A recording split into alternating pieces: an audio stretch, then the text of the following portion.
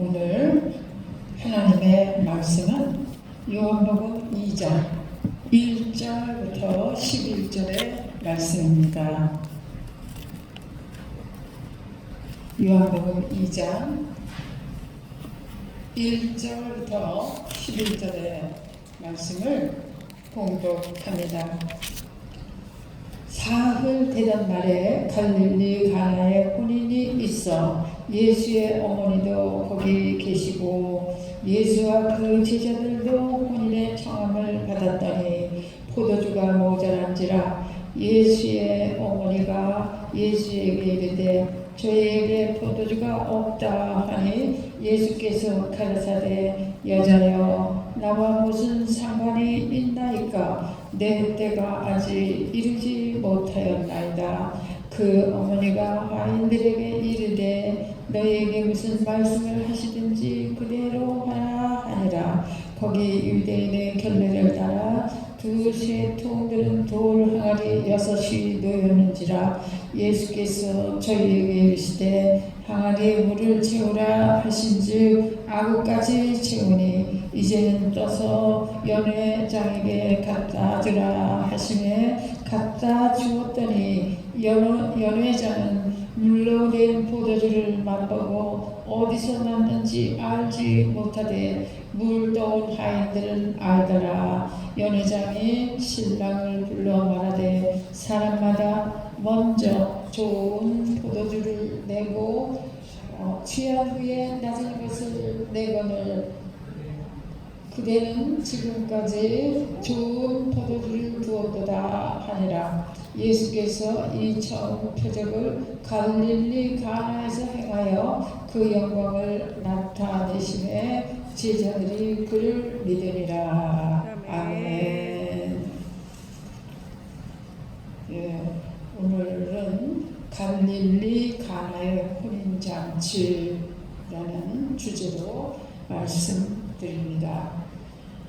이 갈릴리 가나 혼인잔치에는 많은 하나님의 뜻이 거기 담겨져 있습니다.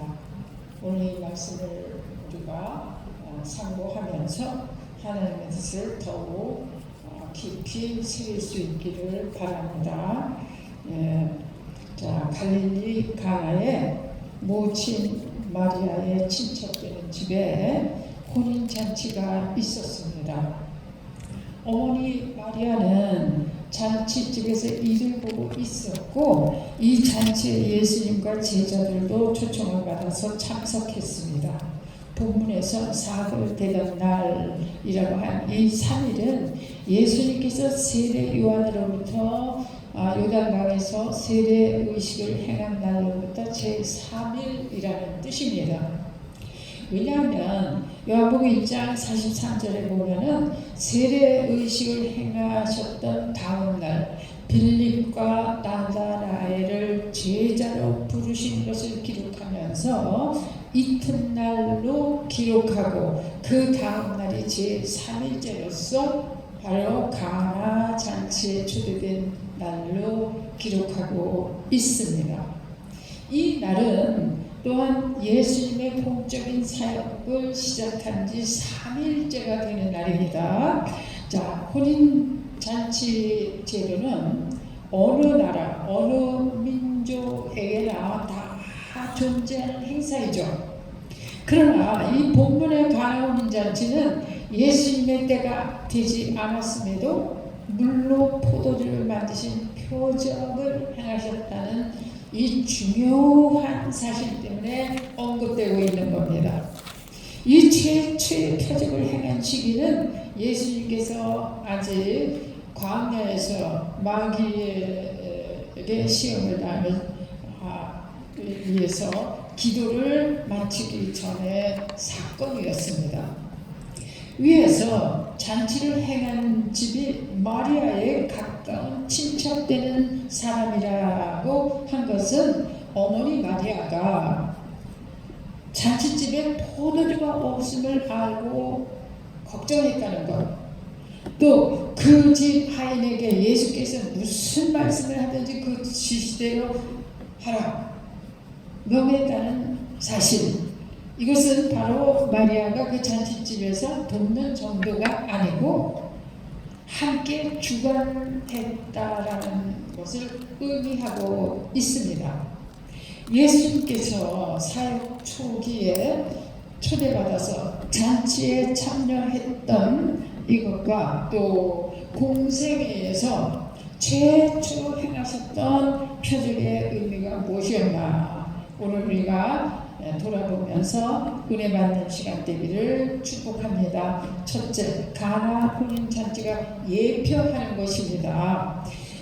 혼인잔치의 주인공은 당연히 신랑 신부죠. 그 다음은 신랑 신부의 들러리들, 또 그 다음은 신랑 신부의 친구들, 그 다음은 초청받아서 잔치 자리에 축하하기 위해 모여온 하객들입니다.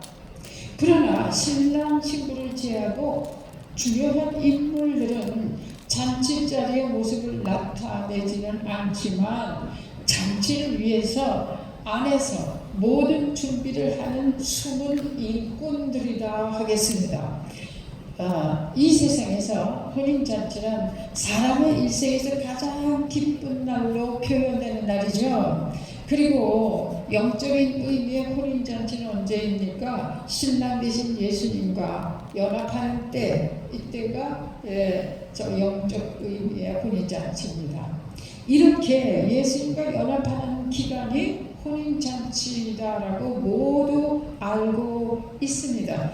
위에서 신랑 신부 그리고 들러리 친구들, 또 축하를 위해 모인 하객들, 또 잔치를 위해 일하는 집안 일꾼들, 여기 등장되는 인물들 보면 5종류의 사람들이 있는데 이들은 영적으로 어떻게 분류되는가 하는 것입니다.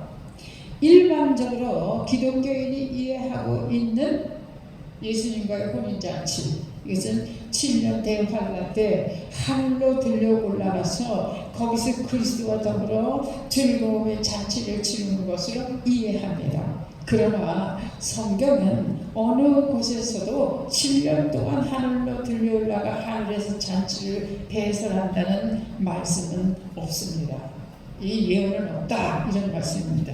이러한 하늘에 들려 올라가 7년 동안 그리스도로 더불어 혼인잔치를 한다는 이론은 사람이 만든 가설이다라는 거죠. 사람들이 이러한 가설을 만든 근거는 요한계시록 19장 7절로부터 9절의 예언을 인용한 것입니다. 그러나 인용된 이 계시록 19장 7절로 9절의 예언의 말씀은 사실 계시록 14장 13절의 말씀이 근거가 되는 겁니다. 그 내용을 보면 작은 이후 주 안에서 죽은 자들이 복이 있도다 라고 했는데 이 예언은 바로 순교의 기간을 의미하는 겁니다. 자, 그러므로 신부가 예비한 옳은 행실로 준비된 자만이 순교가 가능하다는 거예요. 다시 말씀드립니다. 순교가 가능하려면 어떻게 해요? 신부가 예비한 옳은 행실로 준비된 자라야만 된다는 거죠. 그렇기 때문에 어린 양의 혼인잔치에 청함을 입은 자들이 복이 있도다 라고 한 말씀이에요. 자, 그 말씀은 요한계시록 14장 1절로 5절의 내용이에요. 이들은 정절이 있는 자입니다. 오직 예수 어린 양이 어디로 인도하든지 따라가는 자들이고 여자와 더불어 더럽히지 아니하는 자들이에요. 그 입에 흠이 없는 자들, 이들이 바로 순교자들이고 어린 양이 신부될 자격을 갖추는 자들이다라는 말씀입니다. 그리고 이들은 요한계시록 1장 5절로 6절과 5장 9절로 10절에서 예언의 말씀을 응한 자들이에요. 나라와 제사장을 세울 때 세움이 된 자들이다 말입니다. 이들은 감추었던 만나와 흰 돌을 받을 자들이죠. 그 새 이름으로 기록된 흰 돌을 받는 자들인데 이 받는 시기를 뜻하는 것입니다. 흰 돌을 받는 시기를 뜻하는 거예요. 다시 말하면 감추었던 만나와 흰 돌을 받음으로써 어린 양 예수 그리스도와 연합된 시기다. 이것이 혼인잔치예요. 예, 그렇게 연합되기 위해서는 첫째 이루어야 될 게 성전과 제단과 그 안에서 경배하는 자들 청량하라 하고 명하셨죠. 이 명하신 이 뜻을 이루어야 된다. 이렇게 주님과 연합되기 위한 자력을 갖추기 위한 이러한 시기를 뜻하고 있습니다. 그렇기 때문에 계시록 11장 9절에서는 말씀합니다. 그에게 허락하사 빛나고 깨끗한 세마포를 입게 하셨은즉 이 세마포는 성도들의 옳은 행실이라 라고 하는 거예요. 예, 이 깨끗한 세마포를 입는 자들이 바로 예수 그리스도의 신부야. 옳은 행실로 준비했다는 세마포. 이 세마포는요, 일반적으로 성도들이 입는 흰옷과는 다릅니다. 의미가 달라요. 어떻게 다르냐? 자, 이 빛나고 깨끗한 세마포는 일반적으로 알고 있죠. 계시록 7장 13절에서 그 구원 얻은 성도들이 입는 흰 세마포를 말하는데요. 예, 이거과는 전혀 구별된 것이다. 이 흰 세마포, 성도들이 이 환난에서 나온 이들도 7년 환난에 들려 올라가는 것이 아니라 이 땅에서 모든 악을 이기고 이긴 자들이 이들이 자기 생명을 걸고 성도들도 이겨야 되는 거예요. 이들이 환난에서 나와서 하나님과 우리 양에게 영광을 돌리는 이들이 입는 옷, 이것도 흰 세마포라고 하는데 이것은요, 자, 스트라스, 타스, 류코시우라고 하는데 이 성도들이 입는 흰 세마포와 지금 여기서 신부들이 입는 계시록 19장 9절에서 말씀하신 그에게 허락하사 빛나고 깨끗한 세마포를 입게 하셨은즉 이 세마포는 성도들의 옳은 행실이로다. 이 세마포는 구별한다. 이들은 순교자들이 입는 흰 세마포입니다. 자, 그래서 이 흰 세마포는 어떤 세마포냐? 요한계시록 1장 1절에 인자 같은 이가 발에 꼭 끌리는 옷을 입고 있는 그 흰 세마포를 그 발에 끌리는 옷을 그 세마포하고 동일한 거예요. 예, 같은 의미다라는 말씀입니다. 즉 인자 같은 이 형상을 이룬 자들이다 이 말씀이지. 예수님의 인격과 형상과 것을 이루어서 순교까지 이룬 자들을 말씀하는 거예요. 이들은요, 자, 하나님의 영광이 지금 임하신 지극히 귀한 보석하고 벽과 수정같이 맑고 빛난 세마포, 이것이 바로 신부들이 입는 옷이에요. 자, 여기서 구별된 것은요, 성도들이 입는 흰 세마포는 빛나고 깨끗한 세마포는 스트라스, 타스, 류코스라고 하는 거예요. 이것과는 구별된 신부들이 입는 옷은요, 푸호스텔이라고 하는 발광체, 스스로 발광체가 발산되는 거지. 성도들은 그 발광체에서 발산되는 것을 입고 그것을 빛을 받는 자들이고, 이 신부들이 입는 흰 세마포는 발광체예요. 발광체. 스스로 빛을 발하는 겁니다. 예수 그리스도의 인자 같은 이와 동일한 빛을 발하는 거예요. 푸호스텔이라고 합니다. 이것은요, 발광체라고 하는데요, 이것은 영광의 세마포입니다. 그러니까 성도들이 입는 이 환난에서 이기고 난 구원을 성도들이 입는 세마포와 이 신부들이 입는 발광체의 이 맑고 빛난 세마포와는 다르다, 의미가 다르다라는 말씀입니다. 자, 그래서 이 맑고 빛난 세마포는 발광체로서 빛나는 세마포를 뜻하는 겁니다.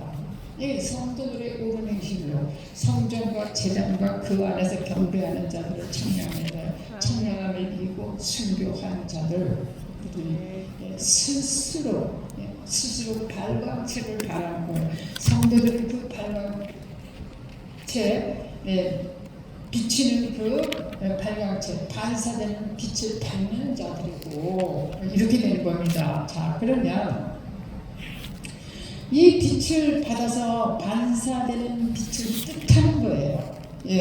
자, 그래서 빛나다. 라고 영어로 라이트라고 하는데요. 이것이요. 자, 이 빛난 세마포는 입는 그 옷을 입는 때가 혼인잔치라는 거예요. 그 옷을 입는 때가. 그래서 예수 그리스도와 새 이름으로 기록한 흰 돌을 받는 연합의 기간이다 라는 말씀입니다. 그래서 이들은요 새 이름으로 칭함을 받은 자들이에요. 이들은 예수 그리스도 흰 돌에 새 이름을 쓰여서 받았어요. 그 받는 자들 이들은요 주시는 자와 받는 자 외에는 그 이름을 알 수가 없다라고 말씀했습니다. 자, 그래서 그렇기 때문에 감추었던 만나입니다. 감추었던 만나를 받고 어린 양 예수 그리스도와 연합한 자 이들은요 어린 양의 새 이름으로 칭함을 받게 되는 겁니다. 자, 어떤 칭함? 어린 양의 소유의 제사장들이 됩니다. 그러니까 제사장들은 스스로 그리스도 예수의 빛을 바라는 자야. 발광체. 그다음에 구원 얻을 성도들은 그 발광체부터 빛을 반사되는 빛을 받는 것입니다. 이 빛은 이제 진리의 빛을 말씀하죠. 할렐루야. 자, 그러면 잔치자리에서 분류된 여러 인격들에 대해서 우리가 보겠습니다. 가나 혼인 잔치가 천년 왕국 직전에 성취되어야 할 예표의 잔치입니다. 예표예요. 자, 이 혼인 잔치는 언제 된다고요? 천년 왕국 직전에 성취될 혼인 잔치. 그런데 이 혼인 잔치의 예표가 가나 혼인 잔치다. 이 가나 혼인 잔치에 얼마나 많은 영적 깊은 의미가 있는가 우리는 이걸 발견해야 된다. 자, 그럼 여기 잔치에 모인 사람들이 아까 5종류의 인격체들이라 그랬죠. 자, 모인 사람들 그리고 본문에 기록된 돌 항아리 6개. 왜 돌 항아리가 6개냐? 또 물의 종류 구별된 뜻이 있다는 겁니다. 근데 돌 항아리가 6개가 있는데 그 돌 항아리에 물을 아금같이 채우라는 거야. 꽉 채우라. 여러분 이 가나 혼인 잔치요 읽으면 읽을수록 너무나 깊은 하나님의 마지막 때 이룰 비밀의 말씀이 여기 숨겨있다는 사실이에요. 자, 그러면은 첫째로요 돌 항아리 6개 물의 종류 또 잔치자리에 모인 사람들 이것에 대해서 우리가 보기로 하겠습니다. 첫째로 잔치를 인도한 연회장이 있죠. 연회장이 있어요. 이 연회장이라고 하는 자는 집사장입니다. 집사장. 잔치 자리에 참여해서 먹고 마시며 즐기는 하객들. 연회장 또 하객들 있어요. 두 번째로 예수님과 함께 별실에 앉아서 예수님께서 하시는 말씀과 일을 직접 보고 듣고 있는 제자들이 있다. 두 번째 인물로. 세 번째 인물로서는 예수님의 명령을 직접 받고 그 사역에 말없이 순종하는 그 집의 하인들이 있다라는 말씀입니다. 네 번째는 그 하인들에게 예수님께서 무슨 말씀을 하시든지 그대로 행하라 하고 일러주는 누구? 어머니 마리아. 이게 네 번째 인물이에요. 그 다음에 다섯 번째 인물로서는 유대인의 결례를 따라 두세 동이의 물을 담을 수 있는 돌 항아리 6개. 또 여섯 번째는 사람이 만든 포도주와 주님께서 물로 만드신 표적의 포도주, 그 의미가 뭐냐? 우리 예수님이 물로 만드신 포도주의 의미, 또 이렇게 등장한 6가지는 특별한 의미를 부여하고 있습니다. 잔치자리의 주역은 누구라고요? 물론 신랑 신부입니다. 네. 자, 그럼 세 번째, 잔치자리에 등장한 인물과 선물에 대한 뜻에 대해서 보겠습니다. 예수님께서 공적 사역을 시작한 3일째 되던 날이라고 말씀드렸죠. 예, 3일째 되던 날 이러한 잔치가 가나안 자리가 우연히 있게 된 것이 아니다라는 말씀입니다. 예수님께서 앞으로 성취하실 장래되어질 사건의 모형으로 나타내 보여주기 위해서 준비됐던 예정된 역사다라는 사실입니다. 예수님께서 행하신 사역, 예수님이 3년 동안 행하신 이 사역은 결국 어느 것 하나도 우연이라는 게 없었다는 거지.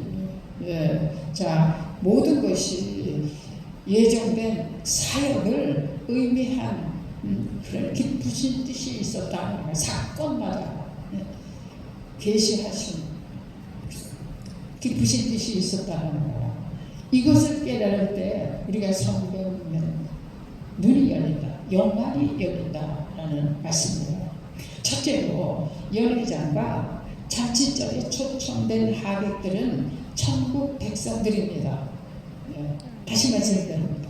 연회장과 잔치자리에 초청된 하객들은 천국 백성들을 예표하는 겁니다. 연회장은 초청된 하객들을, 손님들을 맞이해서 연회 자리에 앉히고 포도주와 여러 가지 음악을 제공하고 연회를 기쁘고 즐겁게 이끌어서 신랑 신부들 그리고 그 집 주인의 마음을 흡족하게 하는 의무를 다합니다. 이것이 바로 연회장이 할 일이다라는 말씀입니다. 손님들을 안내하고 잔치 분위기를 좋게 하고 자리를 앉히고 뭐 이렇게 즐겁게 잔치를 주관하는 이런 사람이 두고 연회장이다라는 말씀입니다. 자, 그리고 잔치 자리에 초청된 하객들은 반드시 예복을 입고 참여해서 모든 사람으로 더불어 신랑 신부를 축복하고 함께 기뻐하고 즐거워하는 겁니다. 그리고 먼저 마시는 포도주보다 나중 나온 포도주를 먹고 마시면서 나중 나온 것이 더 좋다라고 하면서도 나중 나온 포도주가 어떻게 만들어져서 마시게 됐는지 모른다라는 거예요. 예, 연회장과 하객들 모두 다 몰라요. 예, 자, 여기서 하객들은 천국 백성들의 예표라고 했죠. 예, 자, 그러면 연회장은 누구냐? 연회장은 누구를 의미하냐? 목회자. 기성교회 쉽게 말하면 일반적으로 목회자들 있죠. 네. 네, 목회자들은 연회장이다. 연회장이야. 근데 이들은 어떻게 해요? 포도주가 어떻게 만들어졌는지 모른다는 거지. 예. 자, 잘 들어보세요. 자, 연회장과 하객들은 새로운 좋은 포도주를 먹고 마시기는 합니다. 하지만 그것이 어떻게 만들어졌는지 전혀 알지 못하고 있다는 사실입니다. 이 모든 것이 합해서 잔치의 의미를 형성하고 있습니다. 두 번째로 예수님과 함께 별실에 앉아서 예수님께서 행하신 모든 일을 직접 봅니다. 체험합니다. 그리고 알아요. 이들이 누구예요? 제자들이다. 네. 자, 별실에 앉아서 예수님께서 행하신 모든 일을 직접 보고 체험해서 알고 가르침을 받는 제자들. 네. 연회장은 전혀 다르죠. 예? 사역의 의미가 달라요. 자, 이들은 예수님께서 말씀하신 예언하신 말씀 누가복음 22장 28절 30절에서 말씀하셨어요. 너희는 나의 모든 시험 중에서 항상 나와 함께한 자들인즉 내 아버지께서 나라를 내게 맡기신 것 같이 나도 너희에게 맡겨 너희로 내 나라에 있어 내 상에서 먹고 마시며 또는 보좌에 앉아 이스라엘 두 지파를 다스리게 하려 하노라 라고 언약하신 이 약속을 받는 자들이다. 별실에 예수님이 항상 같이 앉아있어요. 그래서 예수님이 하시는 것을 그게 모르겠는가. 예수님이 모든 사역을 다 함께 한다는 얘기죠. 그러니까 고난도 함께 받고, 네. 그리고 연회장과 일반 하객들하고 전혀 차원이 다르지 않습니까? 네. 자, 그래서 이들은 나의 모든 고난과 시험 중에 항상 나와 함께 한 자들이다라는 겁니다. 그래서 내 상에서 먹고 마시고 그날에 내 자리에 함께 앉은 자들이에요. 이들은. 네. 자, 이러한 언약을 받은 자들이에요. 이 제자들은. 그래서 언약의 약속을 받은 언제나 주님의 모든 시험 중에서 함께 돼서 예수님이 하시는 모든 비밀한 뜻을 보고 알고 그 뜻을 살펴서 함께 행하는 자들입니다. 여러분 우리가 성경 안에서 말씀을 발견하면 예수님에서 고난받는 거는요 제자들이 받은 당연한 일이에요. 여러분 기뻐하고 즐거워할 줄 아는 우리의 믿음이 되기를 바랍니다. 네. 그래야 그날에 예수님과 함께 한 상에서 먹고 마시고 그 보좌에 함께 앉을 수 있는 자들이 되는 거예요. 네. 자, 그래서 세상 사람들은 뭐라 그러든지 말든지 누가 미워하는 그거 상관하지 마세요. 네. 그 상관하지 말고 오직 아버지의 뜻을 위해서 미움을 받고 고난을 받는 거 기뻐하고 감사할 줄 아는 우리 제자들이 되시기를 축복합니다. 자, 그러면은 세상 사람들이 아니죠, 이들은요. 당신이 참 제자들입니다. 당신은 참 제자들에게만 아버지께서 직접 들려주시는 말씀을 들을 수 있는 축복을 받은 제자들이다. 우리 하나님의 깊으신 뜻을 누가 알아요? 제자들이 알죠. 그리고 그 뜻을 이루기 위해서 고난도 함께 받아야 됩니다. 그러므로 자, 그 종들에게 언약하셨어요. 이기는 자에게 주시는 축복. 그래서 감초 없던 만나와 새 이름을 기록한 흰 돌을 주신다라고 약속하신 겁니다.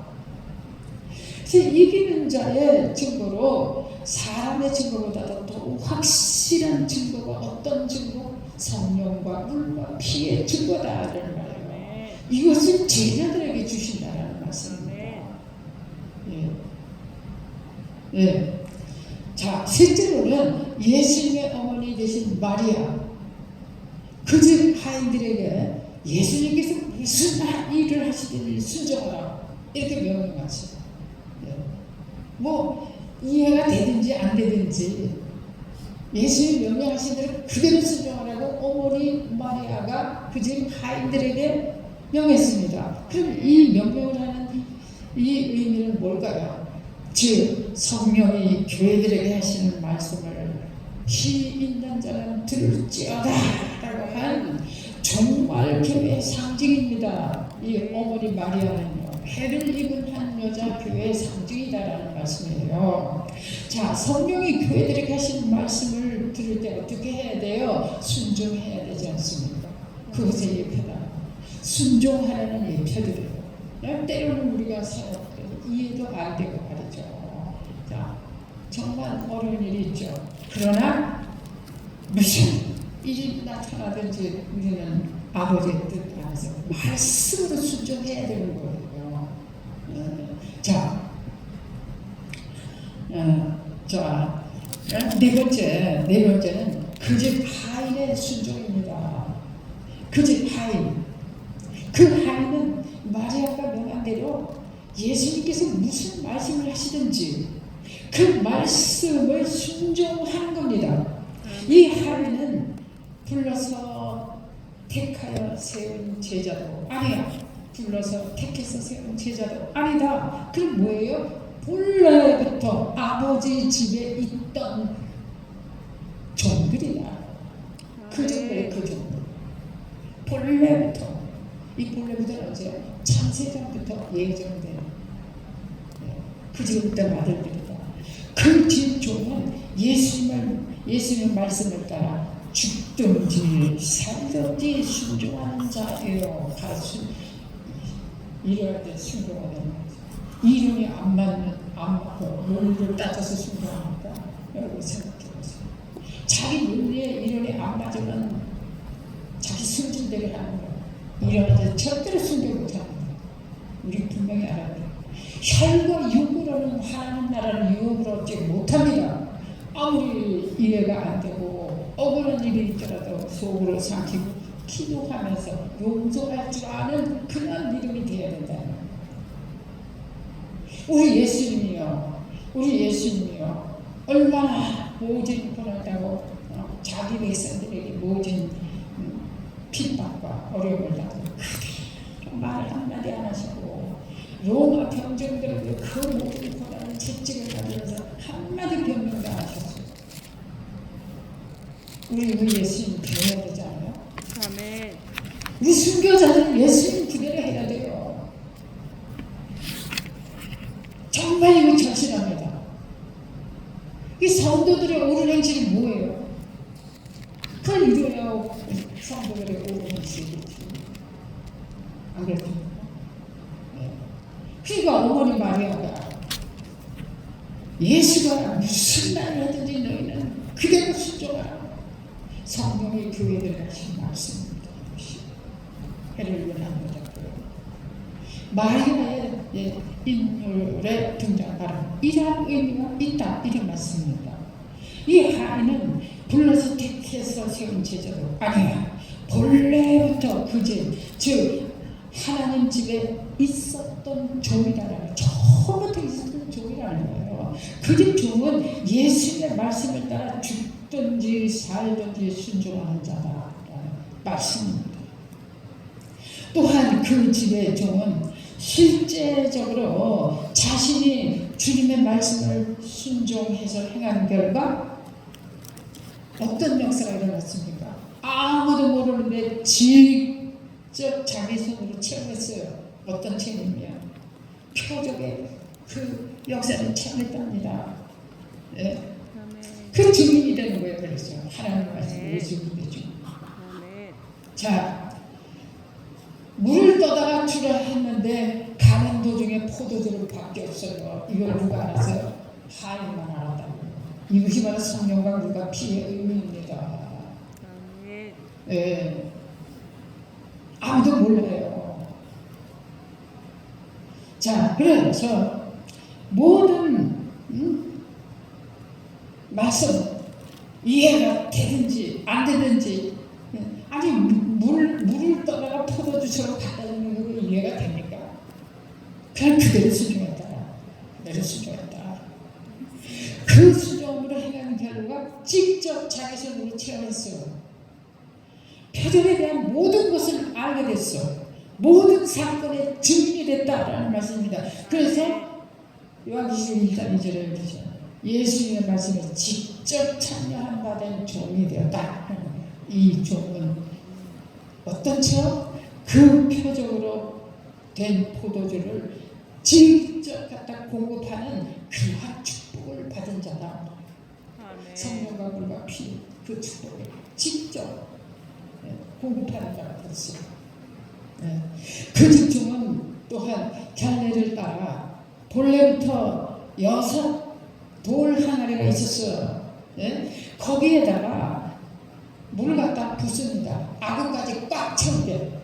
돌 항아리였을 때 아구까지 꽉 채워야 돼요. 예수께서 이르시되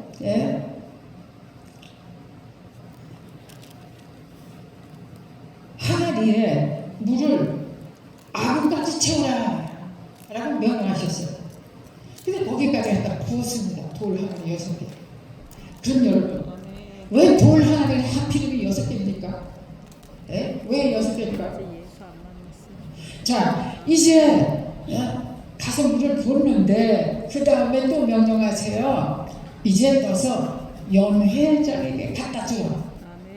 연회장에게 갖다 주라 할 때 그 말씀대로 순종해서 표적으로 된 새 포도주를 연회장에게 공급하게 되었습니다. 여러분 여기서 바뀌었어요. 연회장은 포도주를 공급받았죠. 근데 그 포도주가 어떻게 물이 포도주가 되는지 연회장도 모르지 않습니까? 갖다 줬습니다. 공급하는 하나님만 아는 거예요. 주님은 말씀의 본질이십니다. 말씀의 본질이시기 때문에 예수님의 명령대로 순종하면 다 이루는 거예요. 인간의 이해와 논리가 안 맞아 그거 아니에요. 전능하신 하나님 우리 예수님의 명령대로 그대로 순종하면 다 이룹니다. 할렐루야. 자, 다섯 번째, 갈래를 따라 있었던 돌 항아리 6개의 의미. 6개의 의미입니다. 여기서 갈래를 따라라고 말씀하고 있는데요. 물론 이것은 이스라엘과 중동 지방의 풍습을 따른 것을 말합니다. 거기는 사막 지방입니다. 먼지가 많잖아요. 손님이 오거나 하면 손을 씻고 이렇게 하도록 항상 물 항아리가 비치되어 있는 것이 그 지방의 풍습입니다. 자, 그런데 본문에서는 하나님의 예정을 따라 계획된 연수를 예표한다. 돌 항아리 6개는 하나님의 예정을 따라 계획된 연수를 예표하는 겁니다. 다시 말하면 신구약을 합해서 하나님의 뜻을 성취하실 역사적인 연수를 의미합니다. 갈래를 따른 돌 항아리에 물은 외출하고 돌아오거나 손님들이 방문했을 때 먼지에 더럽힌 손발을 깨끗하게 씻기 위해서 언제나 비치된 물 항아리를 가리킵니다. 자, 주님은 주님의 종들이나 백성을 막론하고 죄를 씻어야 되잖아요. 죄를 가지고 하나님 앞에 나갈 수가 없어요. 죄를 씻겨서 구속의 은혜를 베푸시는 겁니다. 죄를 밝히는 역사가 6,000년에 완성된다. 그러니까 돌 항아리 6개는 신구약을 합해서 완성될 하나님의 역사의 연수다. 6,000년이라는 계획된 역사를 예표하시는 말씀입니다. 그리고 6번째로 사람이 만든 포도주와 표적으로 만든 포도주의 의미가 뭐냐? 사람이 만든 포도주란 이전에 구약 때의 은혜를 뜻하는 것입니다. 구약 때는 등잔에 항상 수동으로 제사장에 갖다 기름을 부었지 않았습니까? 수동적인 역사였어요. 수동적 방식으로 기름을 부었던 역사로 죄를 씻어 밝히는 것을 의미했습니다. 이렇게 수동적인 은혜의 역사도 구약의 역사도 마리아가 예수야 포도주가 없다 이렇게 말씀했습니다. 자, 이 의미는 뭐냐? 예수야 포도주가 떨어졌다 라고 말한 이 의미는 유대 나라가 꺼져가는 등불같이 가물가물하더라. 기름이 떨어지면 어떻게 돼요? 등불은 확 꺼져버리지 않습니까? 그 가물가물해져가는 것을 의미하는 거예요. 예수야 포도주가 없다 라고 말하는 의미는 바로 이렇다라는 겁니다. 그래서 이사야서 42장 3절에서 말씀합니다. 상한 발대를 꺾지 아니하며 꺼져가는 심지를 끄지 아니하시기를 심판하여 이길 때까지 하리니. 꺼져가는 심지를 끄지 않도록. 자, 그래서 유대가 꺼져가는 등불로서 가물가물해지는 것을 의미하고 있습니다. 이것을 교회의 상징인 마리아가 생명이 꺼져가는 것을 간직한 것이다 하는 말씀입니다. 기름이 없이 가물거리는 등불이 기름이 없어 꺼져버리면 어떻게 되겠어요? 은혜의 역사는 끝나버리는 것이 아닙니까? 그러나 예정된 하나님의 계획인 그리스도가 임하신 거예요. 예수 그리스도가 임하신 거예요. 그래서 마태복음 12장 20절에 꺼져가는 등불을 끄지 아니하시기를 심판하여 이기기까지 하신다 라고 말씀한 겁니다. 이제 그 집 종은 돌 항아리에 물을 채우라 라는 예수님 말씀에 그대로 순종했습니다. 그 집의 6돌 항아리에 아구까지 물을 가득히 채웠어요. 그리고 이제는 물로 된 포도주를 연회장에게 갖다 주라 이렇게 명령하셨습니다. 연회장은 물로 된 포도주를 맛봅니다. 그리고 말하기를 사람마다 좋은 포도주를 먼저 내고 취한 후에 낮은 것을 내고는 그대는 이제까지 좋은 것을 두었도다. 원망했다라는 거예요. 원망했다. 자, 이 말씀은 뭐를 의미하냐면 첫 언약의 당사자들 고생했죠. 고생했어요. 이 고생을 했는데 둘째 언약의 당사자들이 더 좋은 은혜를 받는 것을 볼 때 참으로 원망스러울 것이다 라는 거예요. 둘째 언약의 당사자들이 더 좋은 것을 받는 거예요. 자, 여기서 먼저 마셨던 낮은 포도주, 질이 낮은 포도주, 이 포도주는 구약 때의 은혜를 뜻하는 것입니다. 구약 때 첫 언약의 백성들에게 주어진 은혜를 뜻하는 것이고요. 물로 된 새 포도주는 새 언약의 은혜를 뜻하는 것입니다. 자, 들어갈 때 우리가 어떤 공로가 있어서도 아닙니다. 의가 있어서도 아니에요. 그런데 둘째 언약의 당사자가 됐다라는 이 축복이 얼마나 엄청나게 크고 이 같은 역사는 참으로 무조건의 은혜임에 틀림없다라는 말씀입니다. 이 엄청난 축복 안에 들어와서 이 축복을 잃지 않아야 되겠죠. 할렐루야. 수동적인 구약 때와 신약 때의 자동적인 은혜 부흥의 차이가 이렇게 엄청나게 차이가 있다는 이 사실은 정말 사람으로서는 이해할 수 없는 사건임에 틀림없는 축복입니다. 전적으로 우리 하나님의 축복이에요. 자, 그럼 7번째, 내 때가 아직 이르지 아니하였다라는 의미입니다. 예수에게 이르되 저에게 포도주가 없다 하니 여자야 나와 무슨 상관이 있나이까? 내 때가 아직 이르지 못하였나이다 라고 예수님 말씀하셨어요. 여기서 여자요 라고 하신 것, 또 내 때가 아직 이르지 아니하였나이다 라는 뜻의 의미, 뭘 뜻하는 것일까요? 여기서 여자요 라는 귀나이라고 하는데요. 자, 여성 명사입니다.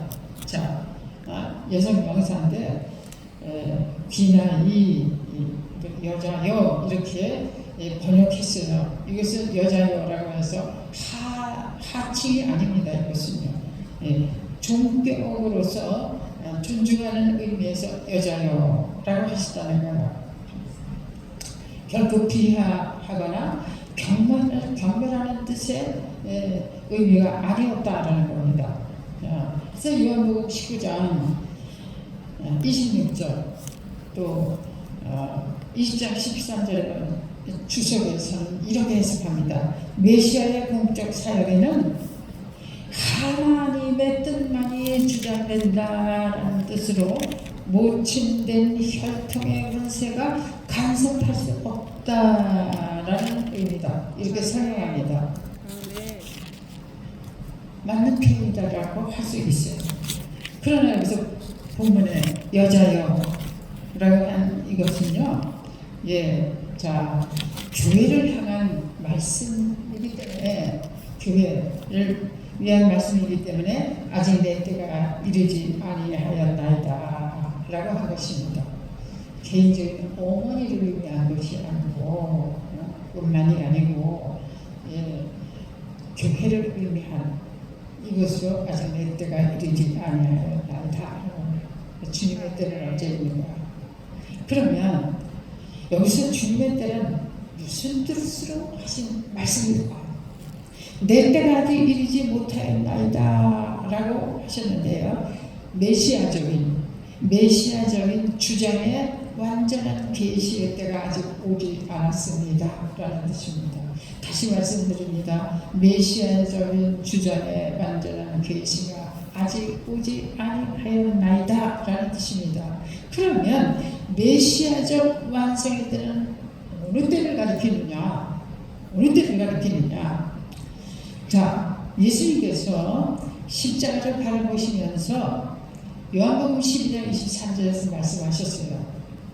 인자의 영광을 얻을 때가 왔도다.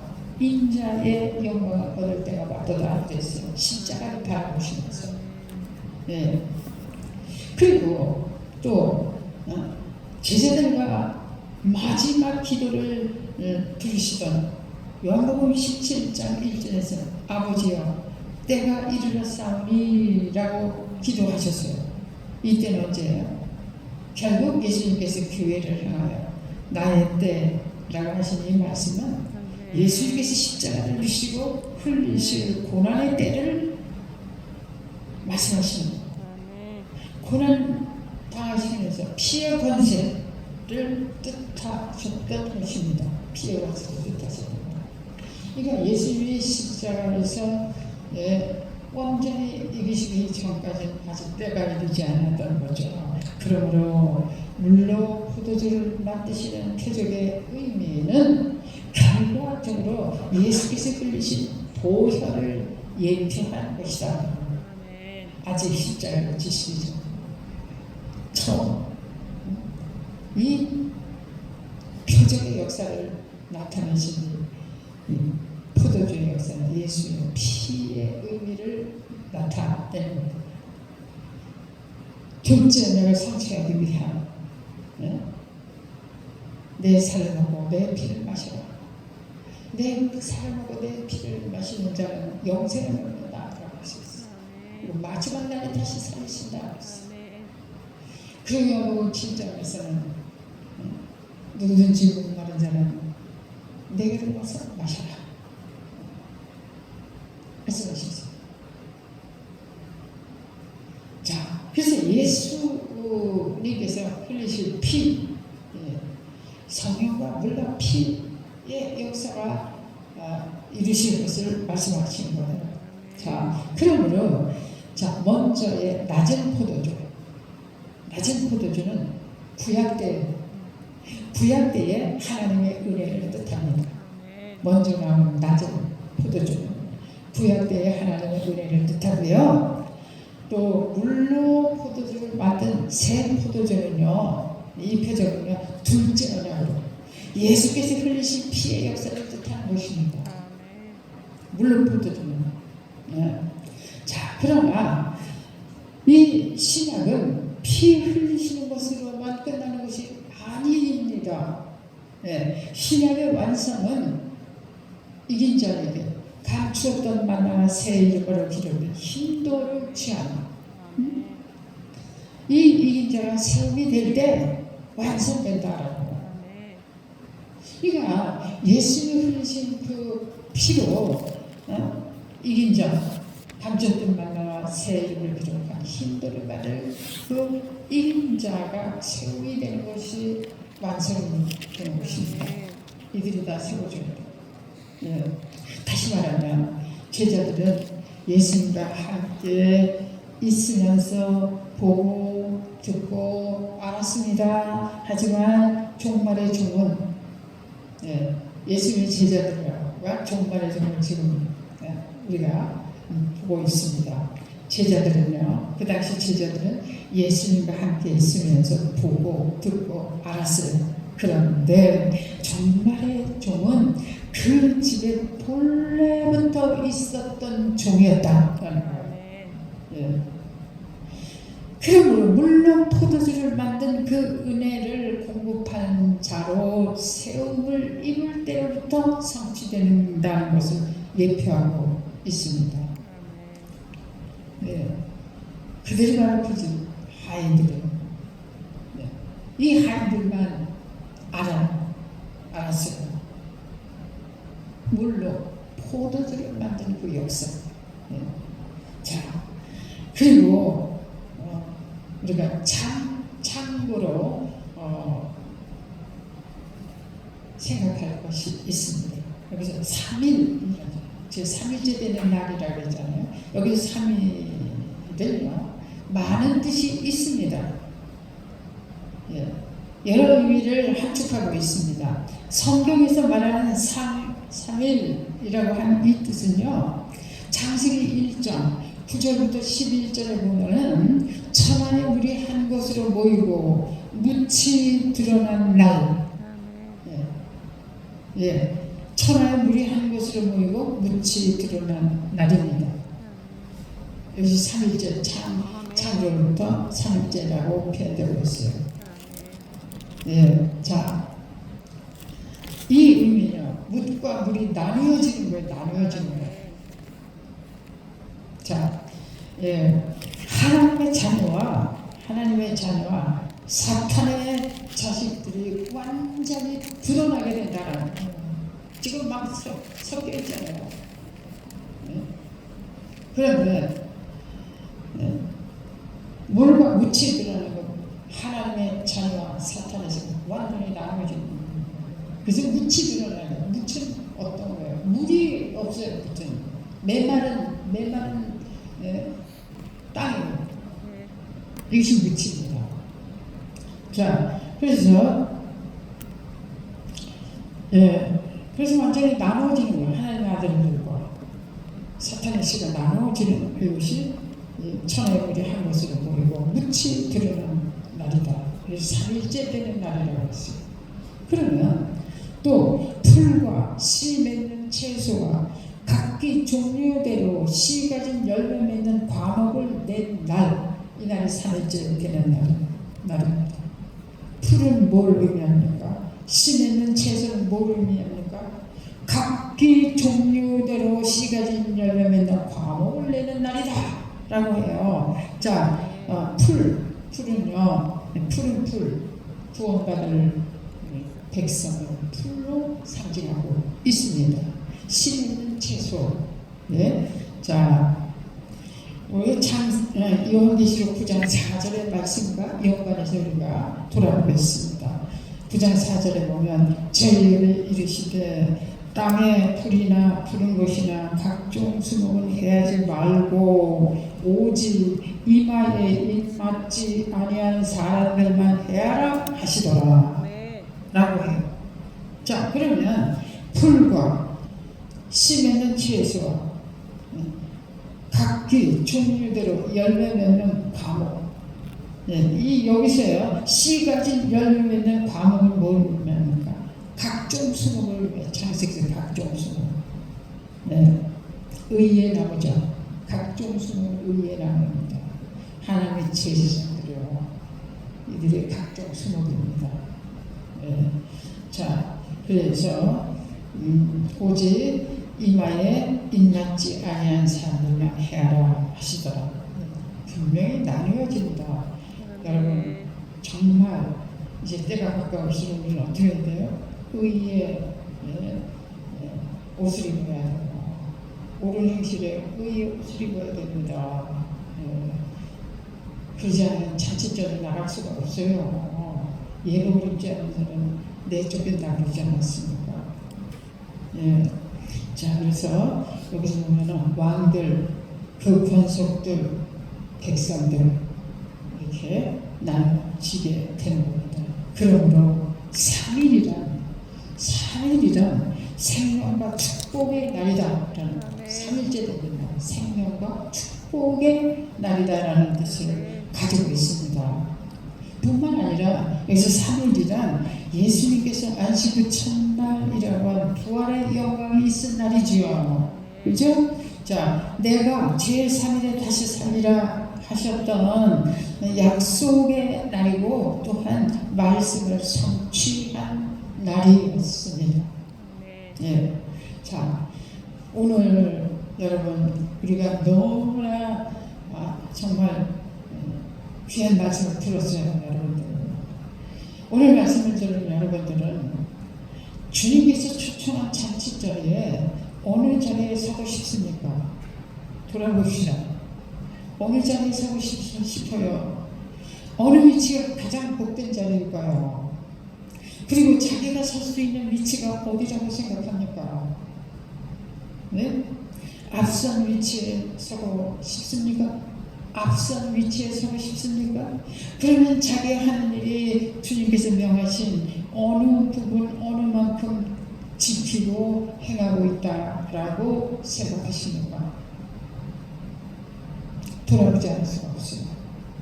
히브리서 9장 28절의 말씀, 우리 이 말씀을 명심해야 됩니다. 구원에 이르게 하기 위해서 죄와 상관없이 자기를 바라는 자들에게 두 번째 나타나시리라 그랬어요.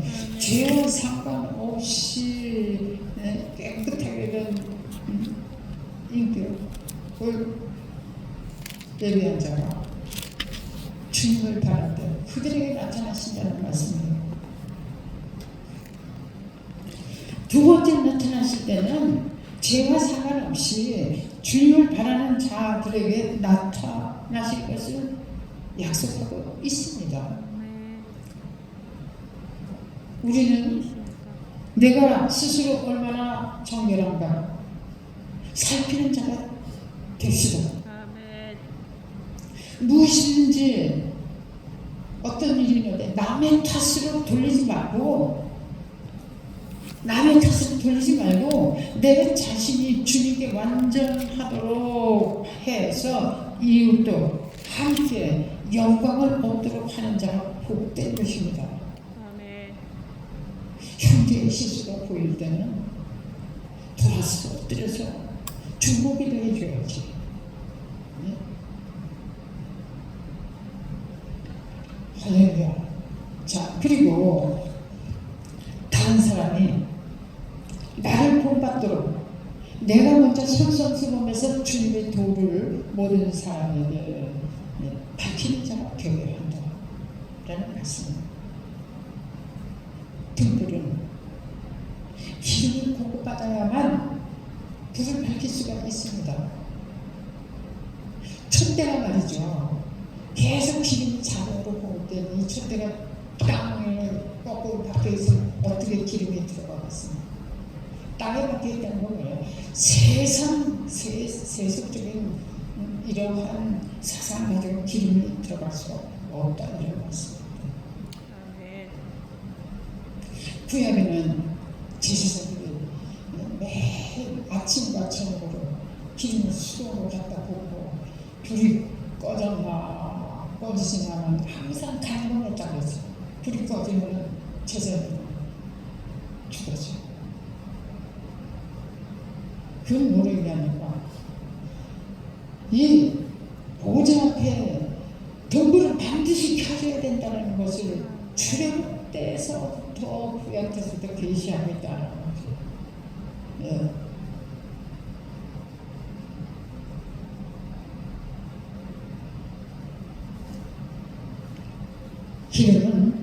기름을 공급받아야만 등불이 켜져 등을 밝힐 수 있습니다. 그래야만 감추었던 만나를 주신다는 약속을 성취할 수가 있어요. 여러분, 감추었던 만나를 주신다는 이 약속을 얼마나 사모하십니까? 물과 성령으로 거듭나지 못하면 결코 천국에 들지 못한다 라고 니고데모에게 말씀하셨어요. 다시 한번 말하면요, 혈과 육으로는 하나님의 나라를 유업을 얻지 못한다고 했어요. 고린도전서 15장을 한번 잘 읽어보세요. 바꿔 말하면 물과 성령으로 거듭나야 된다. 혈과 육으로 하나님의 나라를 유업을 물과 성령으로 거듭나지 못하면 반대로요, 혈기로 세상을 이기려고 그러지 않습니까? 그건 세상 사람들의 방법이에요. 하나님 나라의 유업을 얻지 못한다. 그럼 어떻게 돼요? 구원도 없다는 말씀이지. 얼마나 두려운지 우리 알아야 돼요. 자, 그래서 물과 성령으로 거듭나지 못하면 결코 천국에 들어가지 못한다. 니고데모에게 예수님 말씀하셨어요. 네. 물과 성령으로 거듭나야 한다. 물로만 아니고 물과 성령이라는 사실을 분명히 알아야 합니다. 성령과 물과 피의 권능을 받아서 이루어야 합니다. 성령과 물과 피의 권능을 받아야 된다. 그래야 이룬다. 인간의 방법으로 안 돼요. 아무리 똑똑하고 머리 좋고 명석하고 뭐 한다 하더라도요, 이게 하나님 나라 유업을 받는 거는요, 성령의 역사가 아니면 안 되는 겁니다. 돈만 타고 천국에 가나요? 물질 가지고 가는가요? 내 공로로 가는가요? 물론 하나님 앞에 충성하는 공로는 있어야 되지만요, 그것을 가지고 가는 게 아니에요. 물과 성령으로 거듭나는 인격이 되지 않으면 하나님 나라의 유업을 못 얻는다라는 것을 분명히 하고 있습니다.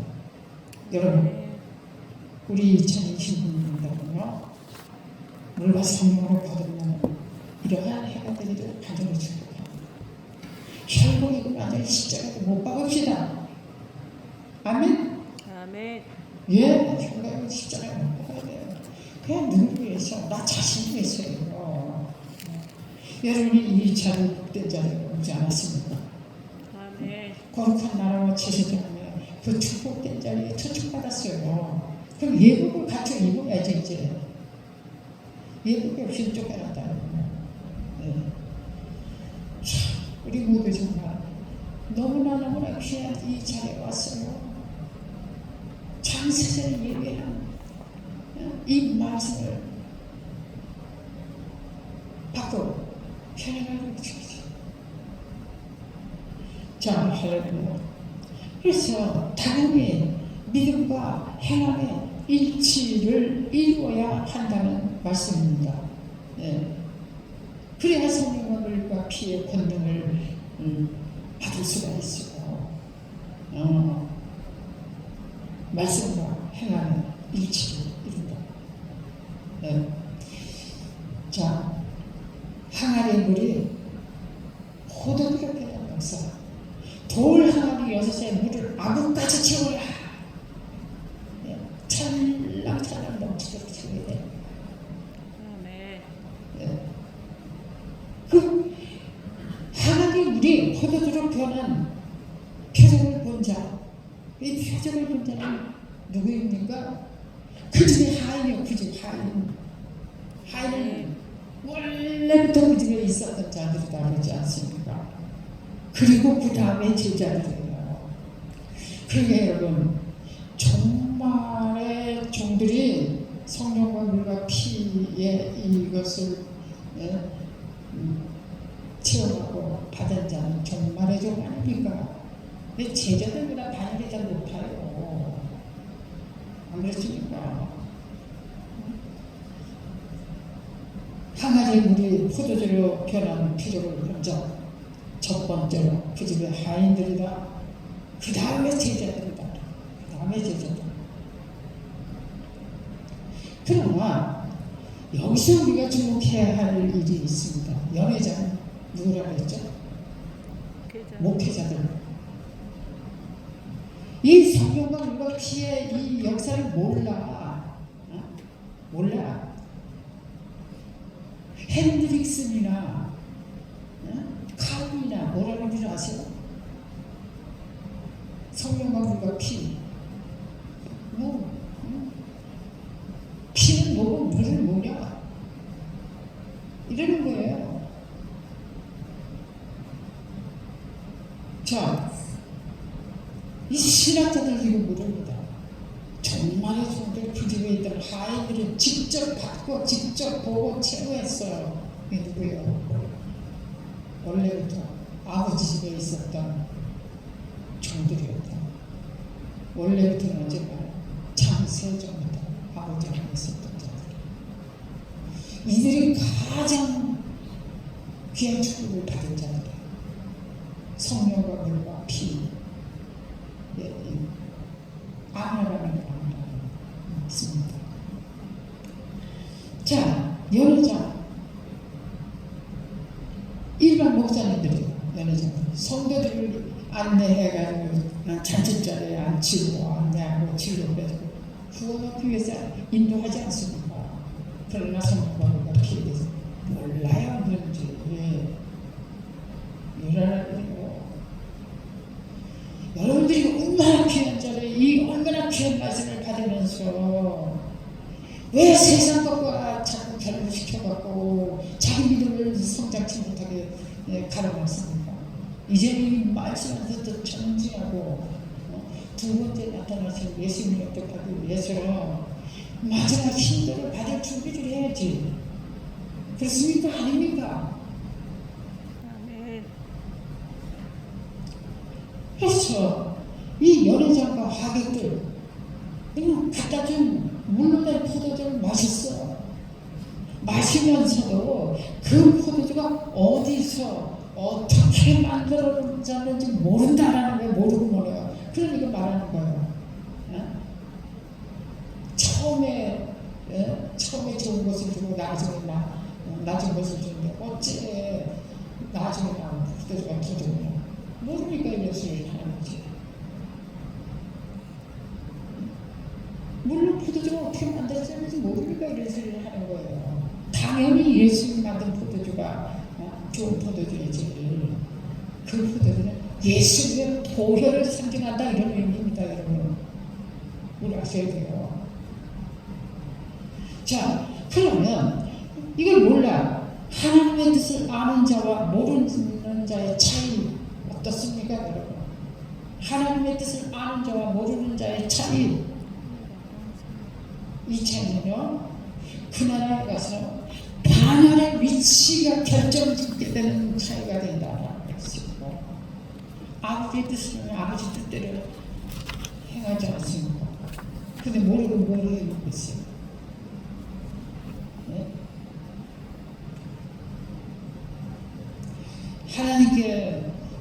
하나님께서 거저로 주시는 은혜로 구원받으면 감사해서 영광 돌리고 찬양 돌리고 그건 좋아요.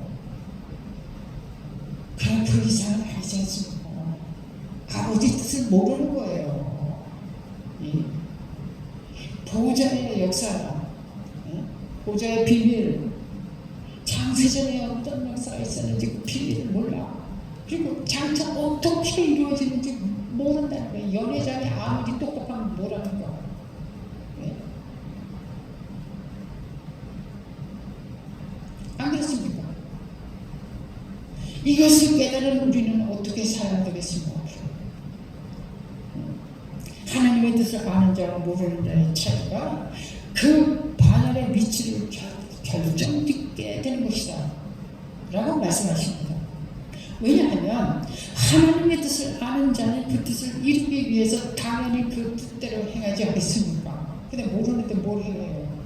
맨날 구원받고 찬양하지. 네. 물론 찬양하는 거 몰라요. 그럼 그 수준에서 거기서 그렇지.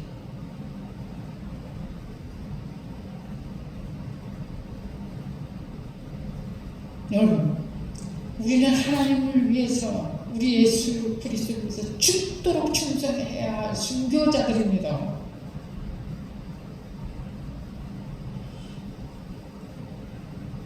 하나님의 뜻을 아는 자와 그 뜻을 이루기 위해 당연히 그 그 뜻대로 행하는 자가 바로 아는 자입니다.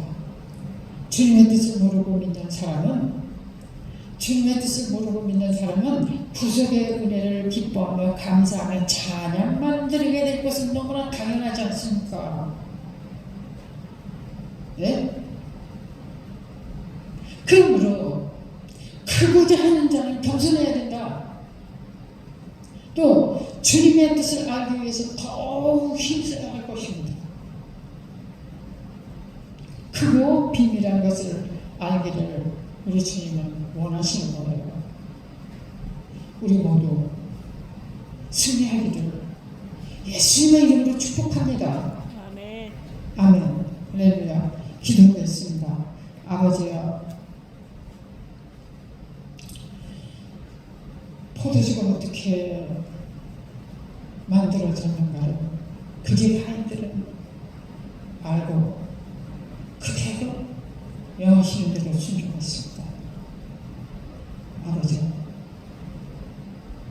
처음부터 아버지 집에 있었던 종들로서 마지막 뜻을 이루시기 위해서 우리를 이 땅에 보내셨사오고 이 깊고 깊은 존귀한 말씀을 주셨사오고 이 말씀은 사람의 생각으로 나온 것이 아니라 성령이 마지막 때의 뜻을 이루시기 위해서 그 종들에게 주신 귀하고 귀한 비밀의 말씀입니다. 모르는 자와 아는 자의 차이 얼마나 큰 차이가 되겠습니까? 그 나라에 가서 자기가 들어갈 위치가 달라지는 너무나 그런 것입니다.